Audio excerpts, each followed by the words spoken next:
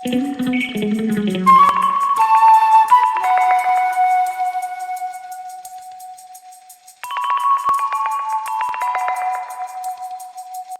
guys, it's Rishi once again, and today we're back with simultaneous equations.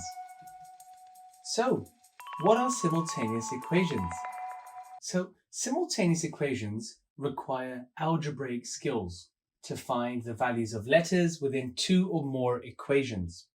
And they are called simultaneous equations because the equations are solved at the same time. Now, equations that have more than one unknown value can have an infinite number of solutions. For example, if we have 2x plus y equals 10, this could be solved by x being 1 and y being 8, as you would simply have 2 times by 1 plus 8, which is 2 plus 8 equals 10. So that's one method where we have these values. Or we could even have x being 2 and y being 6. So once again, 2 times 2 is 4, plus 6 is 10. So as you can see, there are many different ways. So to be able to solve an equation like this, another equation needs to be used alongside it. And that way it is possible to find the only pair of values that solve both equations at the same time. And this is where your simultaneous equations come from. And throughout this video, I will be going through the different types of examples and the different types of questions that you may face in an exam. And there are three main types that I'll be going through. And again, for those who are attempting this topic, I do assume that you have some background knowledge in attempting algebraic questions, but worry not, because I will be going through this in very much detail. So let's start off with the first of three methods. The first method is solving them by elimination. So if we take the elimination method, this is the most common method, which means one of the unknowns will be removed from each question, and the remaining unknown can then be calculated. And this can be done if the coefficient is one of the letters being the same regardless of the sign. So let's go through a quick example. So the first thing we need to do is identify which unknown has the same coefficient. Now remember, the coefficient is the number or value in front of a variable. In this case, we have x as our variable and y. But remember here, we're looking for the same coefficient. And x does not have the same coefficient. One x has a 3 and one has a 2. So in this case, I'm going to be focusing on the y, which has a coefficient of 1 in each equation. So we can either add or subtract the two equations from each other to eliminate the letter y. And in this example, the equations will need to be subtracted from each other. So y take away y will give us 0. So now we can eliminate y entirely. But if the equations were added, then y and y would give us 2y. And that's not what we require, because y would not be eliminated. So what I'm going to simply do is go ahead and subtract equation 2 from equation 1.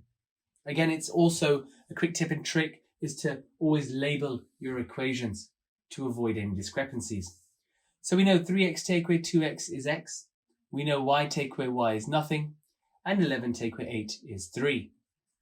So through the method of elimination, the value of x can now be substituted into either the equation to find the value of y. So as you can see, by simply eliminating it, we've now found our value. So what's our second part? Well, as I just mentioned, we're going to now substitute. So step 2, let's go for substitute. So in this, I will simply go ahead and take my first equation and substitute x, which is a 3 value, plus y equals 11. And I know that's 9 plus y, which is 11. But now if we take the 9 to the other side, it becomes a minus. So we have y equals 11 minus 9, and we know y equals 2. And now, as you can see, I've used the inverse operations to solve the equations. like I mentioned, the inverse of adding 9 is subtracting 9. And so that has now given me y equals 2. And now for our final step, we can check the answers by substituting both values into the original equation. And if the equation balances, then the answers are correct. So let's go ahead and check. So again, I'm going to take my first one, which is x was 3 plus 2. So we know that's 9 plus 2, which equals 11. I'll take my second one. And we know 2 times 3 is 6, plus 2 is 8. And they both balance, so we know we have got the correct answer. So now we know x is 3 and y is 2. So this was our first method and first type of simultaneous equations, where your coefficient is the same and we are solving this through elimination. But what about if we have a question where there is no coefficient that is common? So now let's take a look at that example there. So no common coefficient. So some pairs of simultaneous equations may not have any common coefficients. So let's take a look at an example. So we have 3a plus 2b equals 17 and 4a minus b equals 30. And remember, as you can mention here, the coefficients of a are 3 and 4 and the coefficients of b are 2 and minus 1. Again, remember that we don't mention 1b, we mention b. We don't mention 1x, we'd rather say x. So likewise, whenever you see a single x, you can say that that's 1x. So having said that now, let's go ahead and attempt this question. So remember that a common coefficient is needed regardless of the sign. And this means that minus 1 and 1 would be seen as a common coefficient. So in examples like this, one or both equations must be multiplied to create a common coefficient. So we're merely just doing one extended step than we did in the previous example. So now what am I going to do? I'm going to go ahead and simply multiply my second equation by 2. And by doing that, I am then going to make the b's the same. Remember, it's regardless of the sign. So now if I go ahead and do that, first let me write down 3a plus 2b equals 17 as my equation 1. And then as my equation 2, once it's multiplied out, I'll have 8a minus 2b equals 60. So now I've gone ahead and done that. Now we have our common coefficient, and we can now go ahead and add or subtract the two sets of equations together to solve them. So let's take a look at what we need to do here. Well, we know if we have 2b add a minus 2b, a positive and a negative will give us a negative. So 2b take away 2b is 0, which cancels out. So now we can go ahead and add the rest, and so we will have 11a, which equals 77. But remember, we can divide both sides by 11, so now we have a, which equals 7. And now that's our first step done here. Now if we go into our second step, we can then go ahead and substitute. So let's now go ahead and substitute the value of a. So I'll write 3a plus 2b equals 17 when a equals 7. So now we'll have 3 multiplied by 7 plus 2b equals 17. We know that's 21 plus 2b equals 17. And we can minus 21 from both sides, which leaves us with 17 minus 21. And again, remember, I'm going to solve this by using the inverse operations, as you've just seen here. So now we know 2b equals minus 4.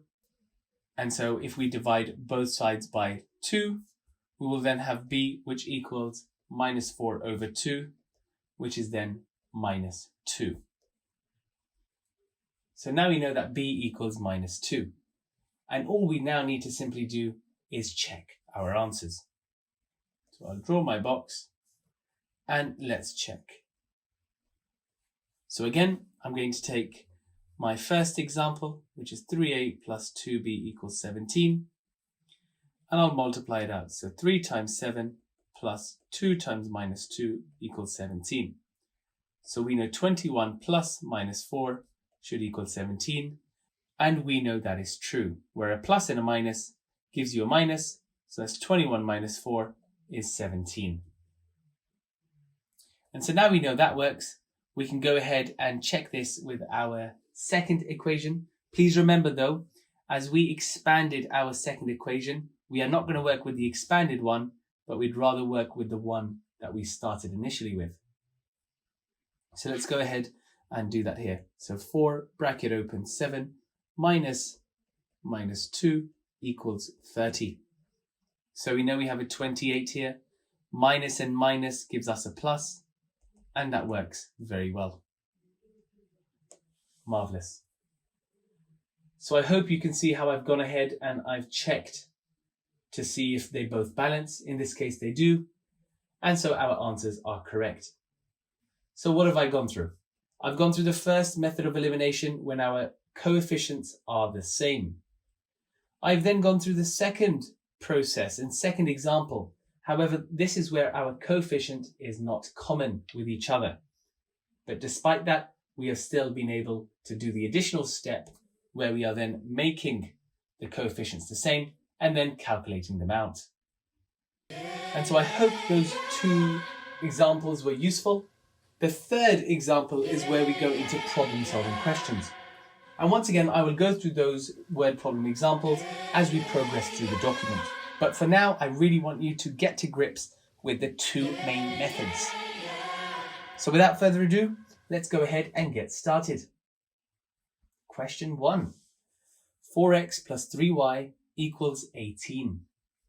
So again, if we take a look at this simple example, we now know that we need to add all sides. And that is because a plus and a minus will give us a minus. So that means 3y plus minus 3y is equivalent to 3y take away 3y. So we now know that we can cancel that entire part out. But we will add the rest. So we know 4x and x will give us 5x, and 18 plus 7 will then give us 25. So now we've gone ahead and done that. We can divide both sides by 5, and we know x equals 5. Now we've gone ahead and done that. Let's go ahead and substitute. So I'm going to take this specific example and I'll write 4x plus 3y equals 18. I'll substitute my 5. And we know we have 20 plus 3y equals 18. But then I'll subtract 20 from both sides, doing my inverse operations here. And we know 18 take away 20 is minus 2. And then again, if I divide both sides by 3 here, I know y equals minus 2 over 3. And that is my first step there, done. And now we can simply go ahead and check this if we wish. So let's go ahead and take our second example and let's write x minus 3y equals 7.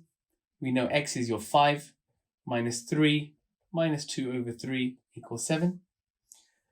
So if we go ahead and multiply this out, we know 3 times minus 2 is minus 6 over 3, which then will give us minus 2. And if we bring that 5 down, 5 take away minus 2 is equivalent to 7. And that is because 5 plus 2 is 7. And 2 negatives give us a positive. And that works in its entirety. For those who wondered how I got minus 6 over 3, when we have a whole number and we're multiplying it by a fraction, we simply multiply it with our numerator. So minus 6 over 3, which gives us minus 2. So now we can simply write our x is 5 and our y is minus 2 over 3. I hope that question was clear. Let's now dive into question number 2. So again, solving the simultaneous equation. So in this prime example, we need to go ahead and make x or y the same. Again, your coefficient isn't the same, so I'm going to pick x and I'm going to multiply equation number 1 by 5. Again, if I go ahead and multiply it out, let's simply write it out here. Equation 3 will now be 5x minus 15y equals minus 115. Remember, I'm multiplying the entire equation by 5. And then number 4 will remain the same. Again, I'm labeling this different numbers just so we don't get confused. But remember now, we've got the coefficient the same. So all we need to do is simply subtract it out. And that will then give us minus 17y, which equals minus 119. So that is minus 15, take away plus 2, that gives us minus 17, and minus 115, take away 4, which is minus 119. We then need to go ahead and divide both sides by 17, and that there gives us our value of y, which we know is 7. We've now gone ahead and done that. We can simply substitute our answers. So let's substitute it into our second equation. So we'll have 5x plus 2 and 7, which is 4. So 5x plus 14 equals 4. But we will separate our 14 and use our inverse proportion.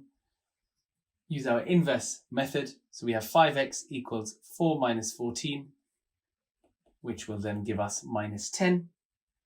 We divide both sides by 5, and we have x equals minus 2. So now we know x is minus 2 and y is 7. Now remember, we don't need to go into each step to see if they have balanced. We can go ahead and do that by simply checking just one example. But I hope that question was clear. And remember here, the only aspects we're using is simply either we're working with our addition and subtraction when we are trying to eliminate, or we are then going ahead and working with our inverse operations where we are making y the subject and then finally x. So don't get too confused and pause the video at any given time. I want you to feel the most comfortable when you're answering these questions. And remember, repetition is key. Okay, let's go ahead and jump into question 3 here. Solve the simultaneous equations. So now you can see we have our coefficient, which is the same. So we can simply go ahead and subtract this out.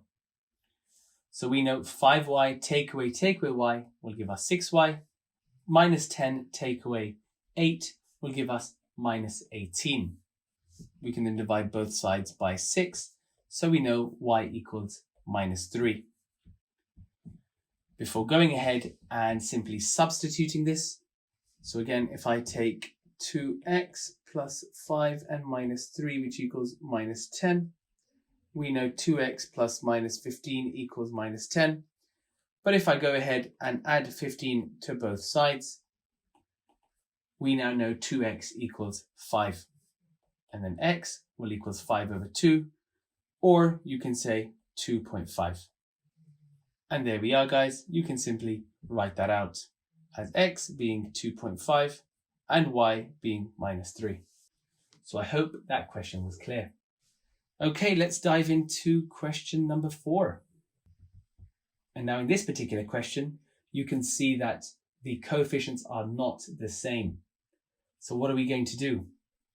We are going to find one common number that goes into both 2 or 3 or 5 and 4. So let's go ahead and work with this, and let's multiply both equations out to make x the same. So by doing so, that gives us 20x plus 10y, which equals 50, and 20x plus 12y, which equals 48. We've now gone ahead and done that.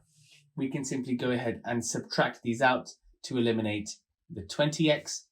And so we're left with minus 2y, which equals 2. And if we divide both sides by 2 here, we'll have y, which equals minus 1. And then remember, when we are checking and substituting, we will use one of the 2 original equations here. So now we'll go ahead and write that out, which is going to be 4x plus 2 times 1, which equals 10.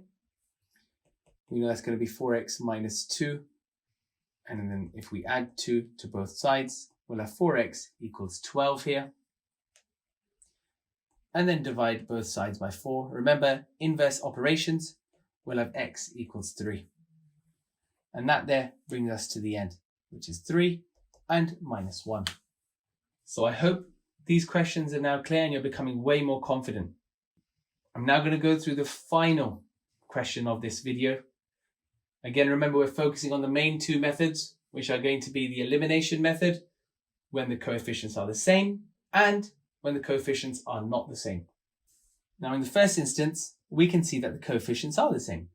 So we're going to simply go ahead and add these out. So again, we have 9x, and we know that plus 5 plus minus 5 gives us 0, so that's cancelled out. And 4 plus minus 1 is minus 3. Again, if we divide both sides by 9 here, we have x, which is 3 over 9. Again, that can be simplified as well to 1 over 3 if we need to. Now we've gone ahead and done that, we can simply substitute it in. So let's have our 2 multiplied by 1 over 3 plus 5y, which equals 4. I'll then go ahead and multiply at the whole number. So that's 2 over 3 plus 5y equals 4. So when we're in this position here, we need to work with the same denominator. And this is where I can convert 4 into 12 over 3. And again, the reason I'm doing this is because I want to make the denominator common. And as you can see, we have 3 on the left-hand side. And the reason I do this is because I'm now going to subtract 2 over 3. And if I had a whole number, it would be quite difficult for me. But now I'll have 5y, which equals 10 over 3.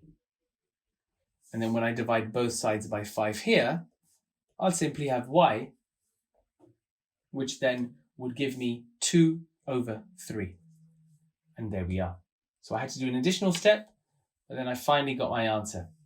And that's where we have x as 1/3 and y as 2/3.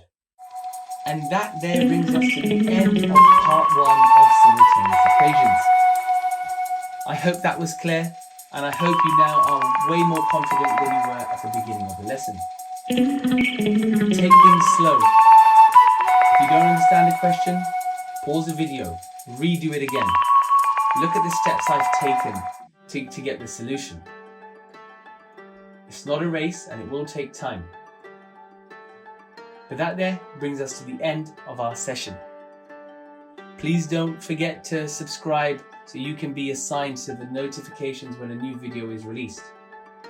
And please stay tuned because in part 2, we will be going through worded problems. So keep up the great work. Don't forget to comment and share. If you have any advice or any feedback, please comment below. It will only help me to make more interactive videos for yourselves. So keep up the great work, and I'll see you in the next one.